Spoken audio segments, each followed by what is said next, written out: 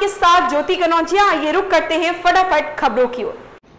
गंगा नदी पर बन रहे पुल के सुपर स्ट्रक्चर दूसरी बार गिरने के बाद सियासत तेज हो गई है। महागठबंधन और भाजपा के नेता एक दूसरे पर निशाना साधने लगे। मुख्यमंत्री नीतीश कुमार ने कहा कि अपर मुख्य सचिव प्रत्यय अमृत पथ निर्माण विभाग को पुल के ऊपर स्ट्रक्चर टूटकर गिरने की घटना की विस्तृत जांच कराने और दोषियों को चिन्हित कर कठोर कार्रवाई सुनिश्चित करने का निर्देश दिया है। भारतीय कुश्ती संघ के अध्यक्ष ब्रजभूषण सिंह के खिलाफ पहलवानों का धरना खत्म हो चुका है। गृह मंत्री अमित शाह के साथ मुलाकात के बाद पहलवान अपने काम पर लौट गए हैं। साक्षी मलिक, विनेश फोगाट और बजरंग पूनिया अपनी नौकरी पर वापस लौट चुके हैं। हालांकि पहलवानों ने साफ किया है कि वह अपनी जिम्मेदारी निभाने के लिए नौकरी पर लौटे हैं, लेकिन इंसाफ के लिए उनकी लड़ाई जारी रहेगी। केंद्रीय शिक्षा मंत्रालय द्वारा जारी NIRF रैंकिंग के अनुसार IISc बेंगलोर को सर्वश्रेष्ठ विश्वविद्यालय का स्थान मिला। इसके बाद JNU और जामिया मिलिया इस्लामिया शामिल हैं।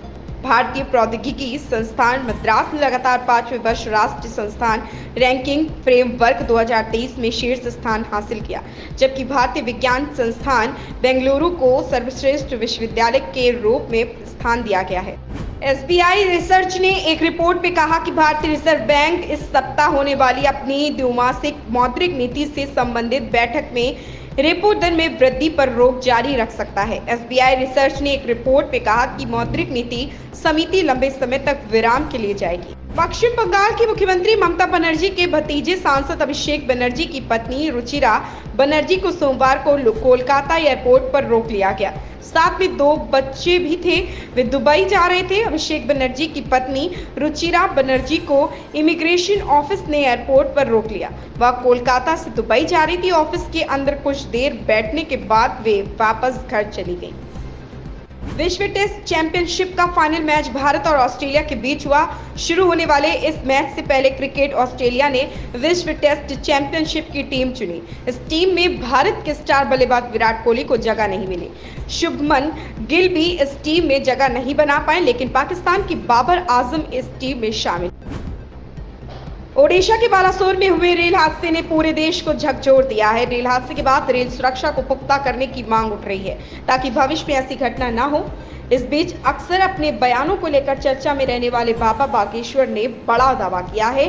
बाबा बागेश्वर ने कहा कि उन्हें देश में घटने वाली बड़ी घटनाओं का संकेत पहले ही मिल जाता। मुख्यमंत्री नीतीश कुमार को रेल बजट याद आता रहता है। बिहार में भाजपा से अलग होने के बाद उन्होंने रेल बजट अलग नहीं रखने पर कई बार केंद्र को आड़े हाथ लिया। इस बार बालासोर ट्रेन हादसे के बाद भी उन्होंने वही बात दोहराई है। उन्होंने कहा कि पहले रेलवे का बजट अलग से होता था, रात भर हाउस में इसके लिए काम होता था। जब बजट पेश होता था कि इतना ज्यादा आकर्षित होता था, लेकिन नई सरकार नरेंद्र मोदी सरकार जब से आई है तो रेलवे का बजट ही खत्म कर दिया। इन लोगों को कोई सेंस नहीं है। महाभारत सीरियल में शकुनी मामा का किरदार निभाने वाले अभिनेता गुफी पेटल अस्पताल में भर्ती थे। कहा जा रहा था कि उनकी हालत बेहद गंभीर थी। जानी मानी अभिनेत्री टीना घई ने इस बात की पुष्टि भी की थी, लेकिन अब पूरे सिनेमा जगत में शोक का माहौल पसर गया क्योंकि अभिनेता गुफी पेटल हमारे बीच नहीं रहे। पाकिस्तान में महंगाई की ऊंची दर और डॉलर के मुकाबले रुपए की गिरती की कीमत के कारण देशवासियों का अपनी मुद्रा में भरोसा टूट गया। बीते महीने में पाकिस्तान में मुद्रास्फीति की दर तकरीबन 38% तक पहुंच गई। इस हाल को देखते हुए देश में जिन लोगों के पास पैसा है वे तेजी सोने और अमेरिकी डॉलर की खरीदारी कर रहे हैं। इन खबरों में फिलहाल इतना ही। बने रहें हमारे साथ।